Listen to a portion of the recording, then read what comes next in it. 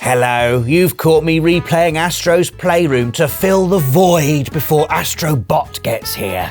So much of my life has been spent killing time as I wait for my most wanted games. If humans came with an inbuilt statistics screen, my waiting for games stat would be thousands of hours, only matched by my waiting for the toaster to pop counter, or time spent trying to come up with new Friday video list ideas. Everyone on Access has their own unique method for coping with the wait. Rosie builds a nest of beanbags and hibernates. Nath spends hours painting terrible portraits of Delsin to sell on Etsy. And Dave endlessly reorganises the Access game collection by increasingly abstract criteria. Do you think Joel could eat more pancakes than Trico? And me? I plan to skip the wait with my time machine.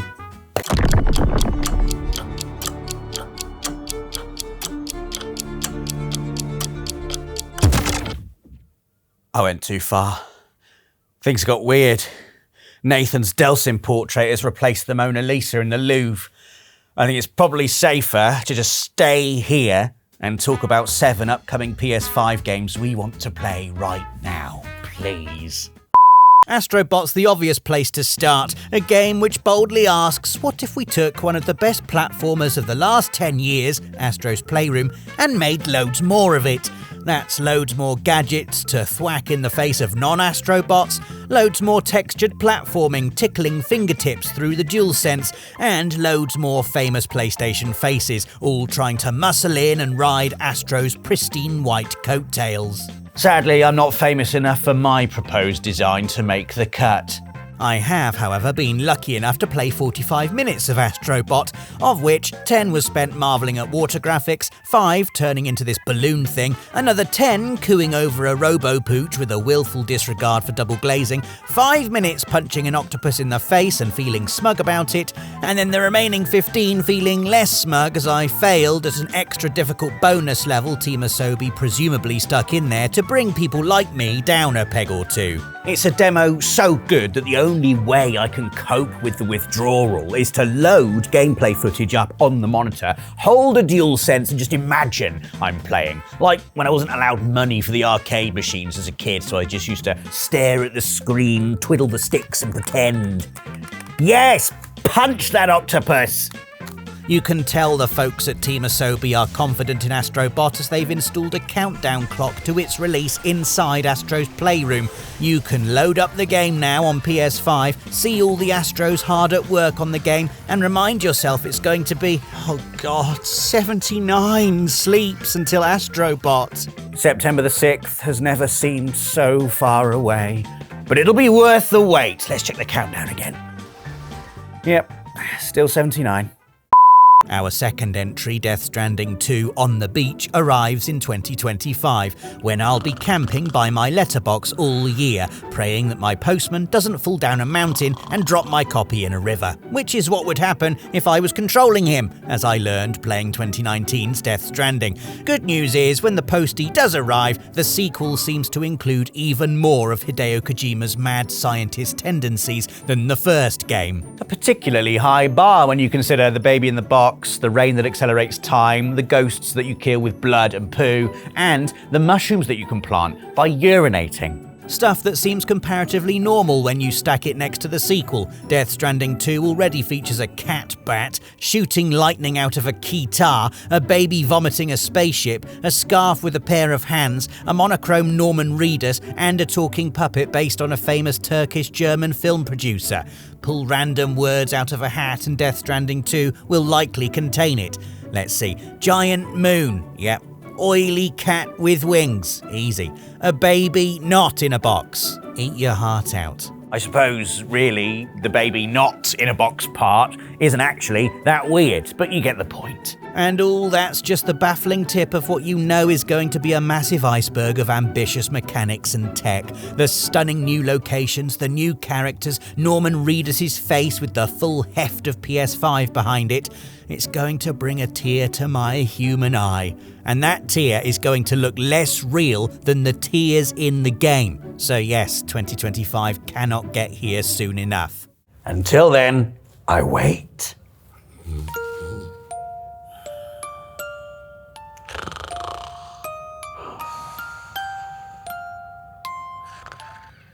Entry number 3 sees the Persona team declare war on my spell checker with Metaphor ReFantasio. It's tempting to see this as a medieval fantasy Persona.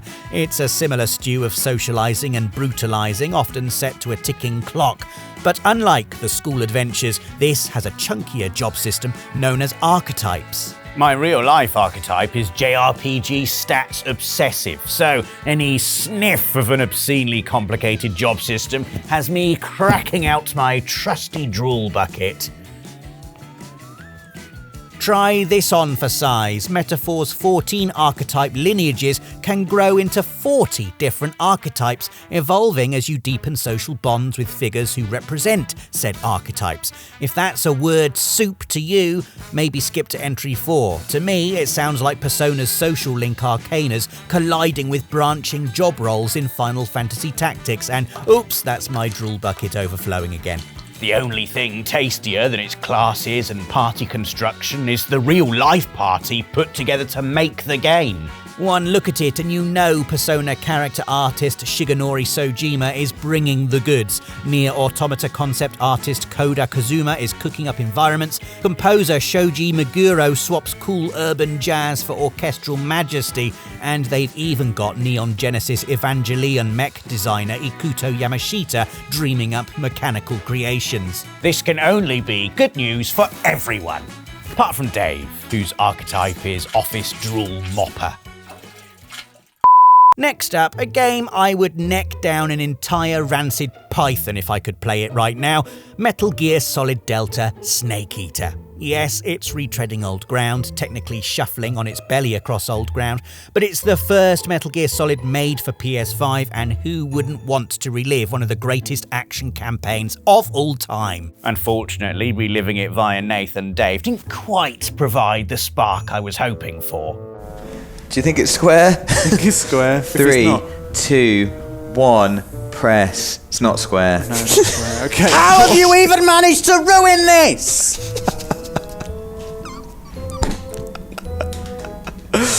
Let's try all the buttons. Luckily, I'll be playing Delta all by myself upon release, seeing what miracles Unreal Engine 5 has worked on locations I know so well I could probably play blindfolded, or at least with an eye patch. Though I am torn between the updated over-the-shoulder controls and the top-down view of Legacy mode. Getting up close and personal with 4K plant fronds is a big part of the appeal, but some camera perspectives are sacred. The likely answer is whichever lets me gaze longingly at the beautiful mud physics. Also new this time, battle wounds now permanently scar Snake, meaning I'll stagger into the final cutscene covered in bee stings and comedy scorch marks from that time I crawled into a claymore. It won't be the worst Metal Gear Solid 3 scar I carry with me. Whoop, hey.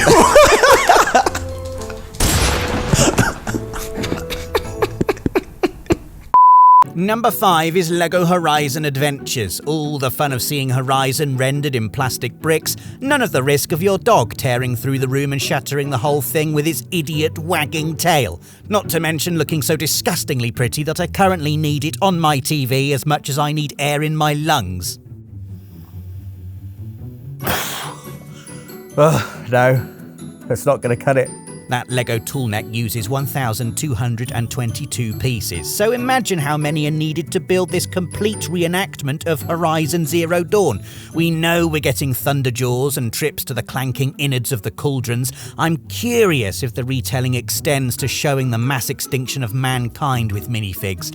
Either way, I'm all in on stepping into Aloy's shoes once again. Although, if they're made of Lego, I'll be sure to pack my blister plasters. And I love how the original cast recorded new dialogue to fit the jokey Lego tone. Ashley Birch's Aloy is a modern PlayStation icon, but the weight of the world prevents her from loosening up in the mainline games.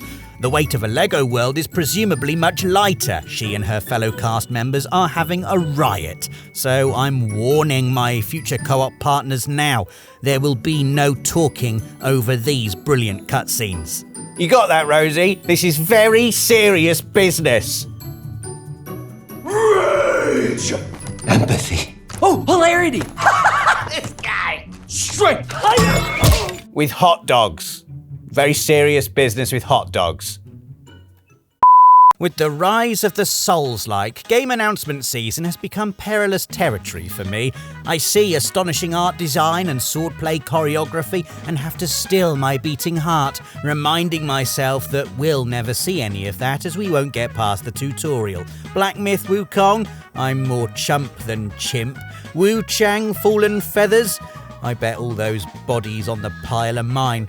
Where winds meet, I'll probably die from bamboo splinters. So, imagine my surprise when I played Phantom Blade Zero, a game with all the hallmarks of an uncompromising bruiser, and survived for longer than a minute. If the trailer screams Sekiro, playing Phantom Blade Zero has more in common with a Devil May Cry or Metal Gear Rising Revengeance.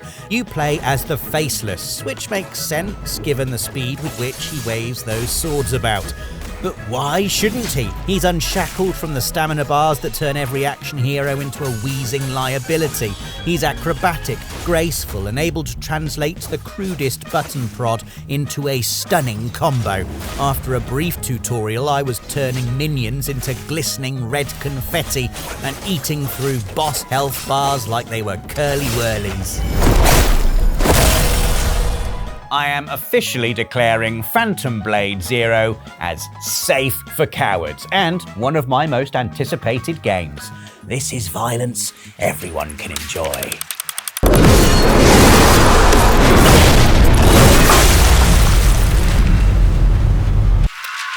Except maybe that bit.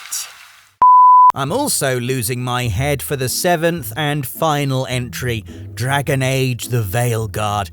I'll admit, I'm a tourist when it comes to Thedas. I've only ever dipped a toe in the Fade, but I emerged from my Summer Game Fest demo a convert. Sign me up to the fan club. Book me in for my full torso Varric tattoo. Why?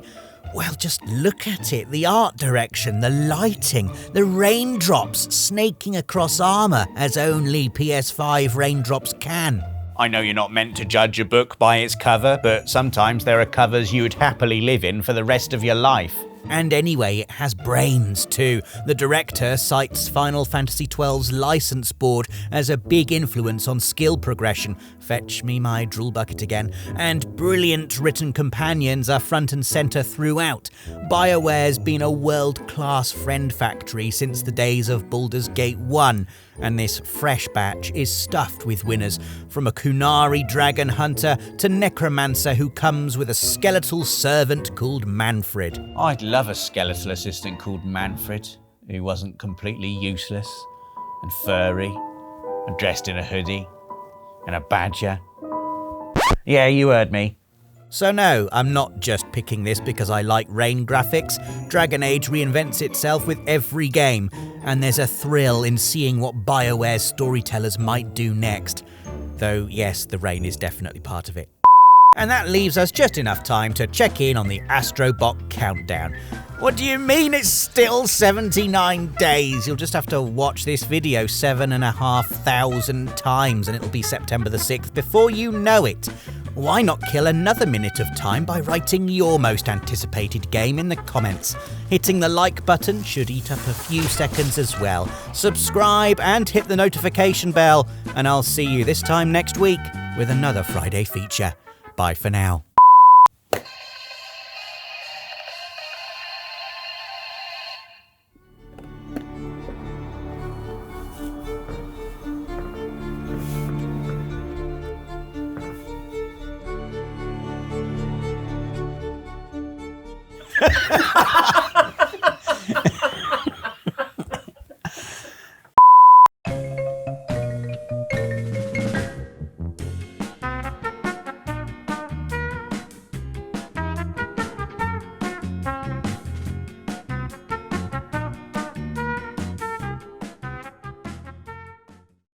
プレイステーション